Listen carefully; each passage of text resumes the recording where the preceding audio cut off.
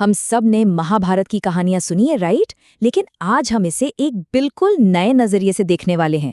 इसे सिर्फ एक पुरानी कहानी मत समझिए। असल में ये एक बहुत ही कॉम्प्लेक्स और डार्क पॉलिटिकल थ्रिलर है, जो सत्ता की भूख और भ्रष्ट माहौल से पैदा हुई थी।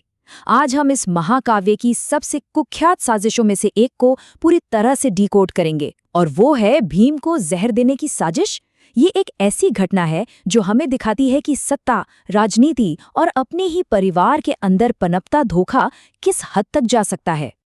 आप जरा शकुनी के इस रोंगटे खड़े कर देने वाले कोट पर ध्यान दीजिए। ये सिर्फ एक डायलॉग नहीं है, ये इस पूरे विश्वासघात का मास्टर ब्लूप्रिंट है। हमें इन 5 उंगलियों को एक एक करके काटना होगा, लेकिन चाकू से नहीं, मीठी जुबान से। शकुनी यहाँ बिल्कुल क्लियर कर देते हैं कि ये लड़ाई हथियारों से नहीं, बल्कि कूटनीति और मीठे जहर से लड़ी जाने वाली है। और यहीं से आज का सबसे बड़ा सवाल हमारे सामने आता है। कोई राजकुमार अपने ही राजमहल की 4 दीवारी के भीतर अपने ही चचेरे भाई के कत्ल की साजिश कैसे रचता है? जरा सोचिए, ये प्राचीन भारत का एक असली ट्रू क्राइम सिनेरियो है, जहां दांव पर सिर्फ एक जान नहीं, बल्कि पूरे हस्तिनापुर का सिंहासन लगा था। चलिए, सबसे पहले बात करते हैं गुरुकुल की राजनीति की। आइडियली एक स्कूल कैसा होना चाहिए? घर और परिवार के हर टेंशन से बिल्कुल फ्री, है ना? लेकिन हस्तिनापुर की सच्चाई कुछ और ही थी।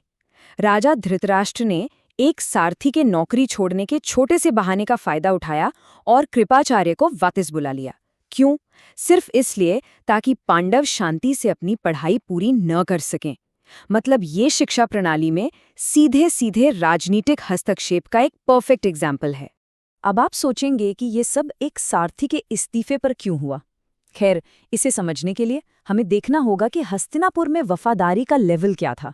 जब अधिरथ अपने दत्तक पुत्र राधे के लिए पद छोड़ते हैं और उनकी जगह संजय आते हैं, तो संजय एक राजसी सारथी के कुछ ड्यूटीज बताते हैं। सबसे बड़ी शर्त पता है क्या थी? अपने मास्टर के लिए जान देने को हमेशा तैयार रहना, बिना डरे सच बोलना और मालिक के सम्मान को अपनी जान से भी बढ़कर मानना। हस्तिनापुर का पूरा सिस्टम इसी अंधी, इंटेंस वफादारी पर टिका हुआ था। तो अब आगे बढ़ते हैं और देखते हैं इन नए योद्धाओं के उदय को। राजमहल में ना एक साथ 2 बिल्कुल अलग माइंडसेट पनप रहे थे। एक तरफ अर्जुन है, वो ज्ञान की बहुत रिस्पेक्ट करते हैं। वो हथियारों को तब तक नहीं छूते जब तक गुरु आकर उनकी पूजा न कर लें। और दूसरी तरफ है दुर्योधन। उनका पूरा फोकस सिर्फ अपने जन्मसिद्ध अधिकार पर है, और वो अपने मामा शकुनी से साजिश रचने की पॉलिटिक्स सीख रहे हैं। ये सिर्फ 2 भाइयों की बात नहीं है, ये 2 बिल्कुल ऑपोजिट विचारधाराओं का क्लैश है। और इसी बीच विदुर अर्जुन को एक बहुत ही सख्त लेकिन जरूरी सलाह देते हैं।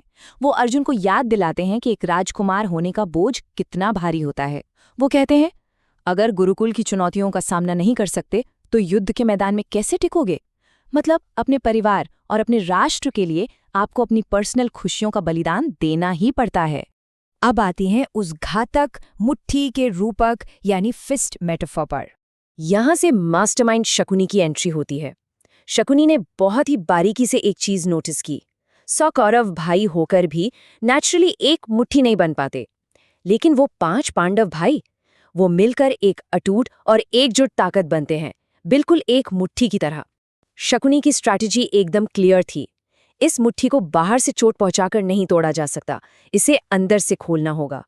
अगर हम पांडवों की ताकतों को डिकोड करें तो युधिष्ठिर की ताकत उनका दिमाग है, भीम के पास फिजिकल स्ट्रेंथ है, अर्जुन लोगों का दिल जीतने में माहिर हैं, और नकुल सहदेव अपनी शांति और सद्गुण के लिए जाने जाते हैं। शकुनी दुर्योधन को बताते हैं कि इन 5 में सिर्फ एक चीज की कमी है, और वो है षड्यंत्र की शक्ति, यानी प्लॉटिंग करने की ताकत। और दुर्योधन को हस्तिनापुर जीतने के लिए इसी ताकत का इस्तेमाल करना होगा। और यही हमें ले जाता है जहर मिली खीर की उस खौफनाक साजिश तक। दुर्योधन ने जो तरीका अपनाया ना, वो पूरा का पूरा शकुनी की प्लेबुक से कॉपी पेस्ट था। ये एकदम cold blooded, step by step murder plan था। स्टेप 1, मीठी बातों से झूठी दोस्ती का नाटक करो। स्टेप 2, भीम को खाने का जो शौक है उसका फायदा उठाओ और उन्हें जहर मिली खीर खिलाओ। और स्टेप 3, जब भीम बेहोश हो जाए तो उनके शरीर को सीधा गंगा नदी में फेंक दो। ये कोई अचानक आया गुस्सा नहीं था। और शकुनी इस लेवल के धोखे को जस्टिफाई कैसे करते हैं? उनका लॉजिक देखिए। बेमौसम की बरसात बुरी होती है, दुश्मन से प्यार करना बुरा होता है, अपने ही परिवार के खिलाफ इतनी बड़ी दुश्मनी पालने के लिए आपको अंदर से पूरी तरह से इमोशनलेस होना पड़ता है। और शकुनी ने बिल्कुल यही निर्मम सोच दुर्योधन के दिमाग में फीड कर दी थी। इस पूरी साजिश का सबसे हार्ट ब्रेकिंग हिस्सा पता है क्या था? दुर्योधन ने भीम के सीधेपन और उनके मासूम से खाने के शौक को एक वेपन की तरह यूज किया। दिन भर पानी के खेलों में थकने की वजह से भीम को बहुत तेज भूख लगी थी। उन्हें जरा सा भी शक नहीं हुआ और वो उस झूठे प्यार और मीठी खीर के जाल में फंस गए। दुर्योधन का ये कैलकुलेटेड धोखा भीम की मासूमियत के सामने और भी ज्यादा डार्क लगता है। लेकिन यहाँ आता है इतिहास का सबसे बड़ा प्लॉट ट्विस्ट। गंगा में फेंके जाने के बाद भीम डूबते हुए सीधा नागलोक पहुंच जाते हैं। और वहां क्या होता है? जो जहर दुर्योधन ने भीम की जान लेने के लिए दिया था, नागों के जहरीले डंक ने मिरेकल की तरह उसी जहर का एंटीडोट बना दिया। मतलब दुर्योधन का वो परफेक्ट मर्डर प्लान अनजाने में भीम के लिए लाइफ सेवर बन गया। और इसी बहाने भीम अपने पूर्वजों से भी मिल लिए। अब जरा इस नंबर के बारे में सोचिए, 10। जब भीम नागलोक से लौटते हैं तो वो सिर्फ जिंदा ही वापस नहीं आते, वो एक अकल्पनीय ताकत लेकर आते हैं। वहां उन्हें एक ऐसा अमृत पिलाया जाता है जिसके सिर्फ एक कटोरे में 10 हाथियों की ताकत थी, और भीम ऐसे 1-2 नहीं पूरे 7 कटोरे पी जाते हैं। ये सिर्फ एक वापसी नहीं थी, ये एक अजेय और अनस्टॉपेबल योद्धा का जन्म था। तो अब हम पहुंचते हैं कहानी के आखिरी और सबसे दिलचस्प हिस्से पर, मौन की शक्ति।